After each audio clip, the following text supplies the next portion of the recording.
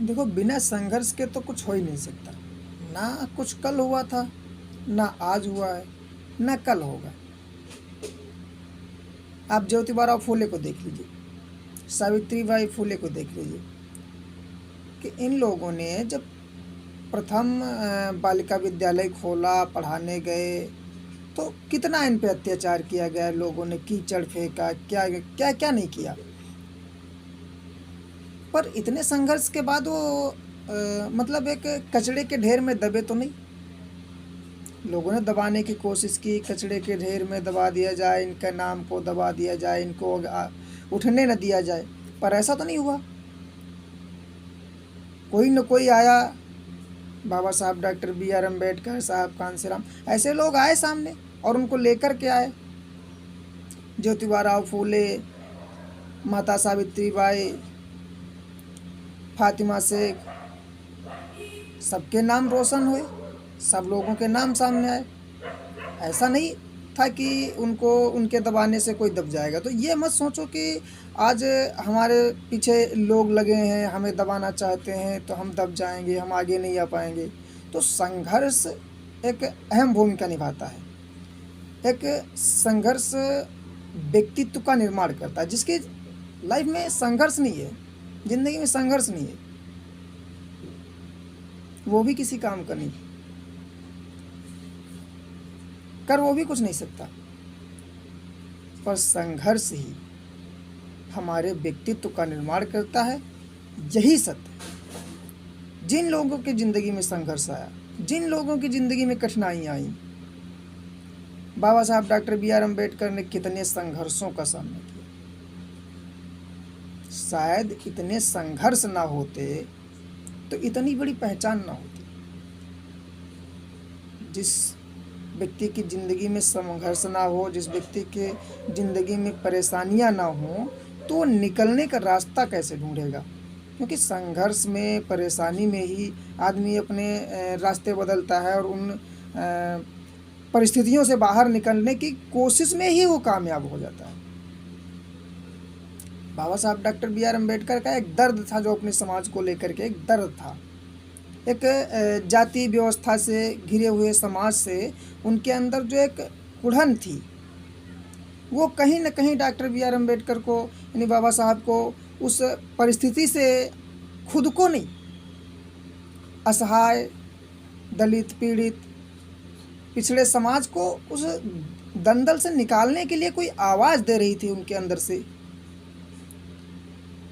एक उनके अंदर एक वैभव जग रहा था कि कहीं न कहीं मैं अपने समाज की चीखों को सुनकर के हताश हो जा रहा हूँ कि इन समाज में दबे कुचले लोगों का कोई सहारा नहीं है, असहाय हैं। इनको इस स्थिति से निकालने के लिए उन्होंने एक प्रण ले लिया, और परेशानियाँ ही आपको कठोर प्रण का अधिकारी भी बना देती हैं। अगर उन्होंने कोई कठोर प्रण लिया तो परेशानियाँ थी, आसपास की चीखें थी, पर अपनों की चीखें अपनों की ही सुनाई पड़ती हैं। जो लोग ऊंचे ओहदे पर बैठे थे, उनको इन लोगों की चीखें नहीं सुनाई पड़ रही थी, क्योंकि इन लोगों की चीखों से उनका कोई लेना देना था ही नहीं। ये तो बाबा साहब डॉक्टर B.R. अम्बेडकर की समझ में आ रहा था। लोग कुछ न कुछ उम्मीदें लगाए बैठे थे, और उम्मीद अगर किसी के प्रति थी तो वो भी बाबा साहब डॉक्टर B.R. अम्बेडकर के प्रति थी। और उस उम्मीद में बाबा साहब डॉक्टर B.R. अम्बेडकर अपने आप को तपा रहे थे, और उनके अंदर भी एक उम्मीद की मिसाल जल रही थी कि कल मैं इनके लिए कुछ ज़रूर करूँगा। वो हुआ। बाबा साहब डॉक्टर B.R. अम्बेडकर ने महान प्रयास, महान संघर्षों के बाद में संविधान का निर्माण किया। उन्हें मौका मिला, क्योंकि मौका उसे दिया जाता है जो जिस क्षेत्र में माहिर हो। और वाकई में बाबा साहब डॉक्टर B.R. अम्बेडकर 32 डिग्री के ज्ञाता, माहिर तो थे ही, और उन्हें मौका दे दिया गया। लेकिन उन्होंने जो भी लिखा वो एक दबे कुचले, पिछड़े, असहाय समाज के लिए लिखा तो हाँ, कुछ न कुछ अधिक लिखा, ताकि इनकी बदहाली से ये लोग जल्दी बाहर निकल के आएँ। पर किसी के लिए बुरा नहीं लिखा। अगर किसी की बात ये समझ में आती है कि उन्होंने कुछ बुरा लिख दिया, कुछ गलत लिख दिया, संविधान का निर्माण गलत हो गया, तो वो लोग हैं जिन्होंने संविधान को पढ़ा ही नहीं। अगर संविधान को पढ़े होते तो इस तरह से बात नहीं करते। और जिसके पास 32 डिग्री हो, उसने संविधान लिखा हो, और मैट्रिक फेल लोग उस संविधान में कमियां निकालने लगे, तो ये एक जाहिलियत है। इसे आप अच्छी बातें नहीं कह सकते, क्योंकि और करना भी नहीं चाहिए।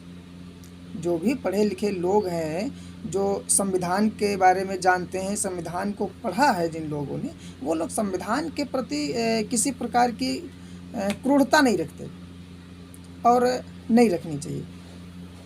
तो सबसे ज़रूरी है कि आप किसी भी अगर किसी भी आपको मैटर पे, किसी भी मामले पे अगर आपको कोई दिक्कत लग रही है, तो उसका ढंग से अध्ययन करें, और किन हालातों में कौन सी चीज़ों का निर्माण किया गया, किन हालातों में कौन सी चीज़ें और कौन सी परिस्थितियों में किनको किस जगह पर संजोया गया है, इसे समझने की ज़रूरत है। अगर आप इसे ढंग से समझ जाएं तो हो सकता है आपकी भ्रांतियां मिट जाएं, और बाबा साहब के प्रति जो भी आपका मतभेद है ये ना रहे, क्योंकि उन्होंने कुछ ऐसा नहीं किया कि उसमें आप बाबा साहब के खिलाफ जाएं, बाबा साहब को भला बुरा कहें, या बाबा साहब से घृणा करें। क्योंकि एक क्षेत्र चलाना हो तो उसमें तो आदमी कोई भी साधारण नाइंसाफ़ी कर सकता है, पर एक देश चलाने के लिए, और फिर इतने पढ़े लिखे व्यक्ति किसी के साथ मतभेद नहीं करते थे, और ना उन्होंने किया। तो इसमें मेरा मानना जहाँ तक है कि बाबा साहब डॉक्टर B.R. अम्बेडकर ने जो संविधान लिखा, जो इस देश को एक नई राजनीति का, नई चाहे वो जीवन यापक जो स्टेटमेंट दिए, तो उन्होंने शायद ऐसा कुछ नहीं किया कि जिसमें किसी भी वर्ग को परेशानी खड़ी हो। क्योंकि जिस वर्ग में बाबा साहब के संविधान को लेकर के परेशानियां हैं भी, दिक्कतें हैं भी कुछ, तो उसमें कुछ लोग, चंद लोग ऐसी बातें करते हैं, बाकी तमाम लोग हैं भी जो किसी भी वर्ग से आते हों और किसी भी समाज से आते हों, पर बाबा साहब के बारे में और संविधान के बारे में कोई हीन भावना की बातें नहीं करते हैं, ना गलत बातें करते हैं। बस कुछ लोग हैं जो राजनीति के अपने व्यवस्था को बनाए रखने के लिए ऐसी बातें करते हैं। ये राजनीति का एक चरण है जिसमें संविधान के प्रति बुराई और बाबा साहब के प्रति बुराई ऐसा करते हैं लोग। वैसे मेरा मानना है कि ये सब एक सभ्य व्यक्ति के लिए अच्छी बात नहीं है, और ठीक भी नहीं, और करना भी नहीं चाहिए। जय भीम, नमो बुद्धाय।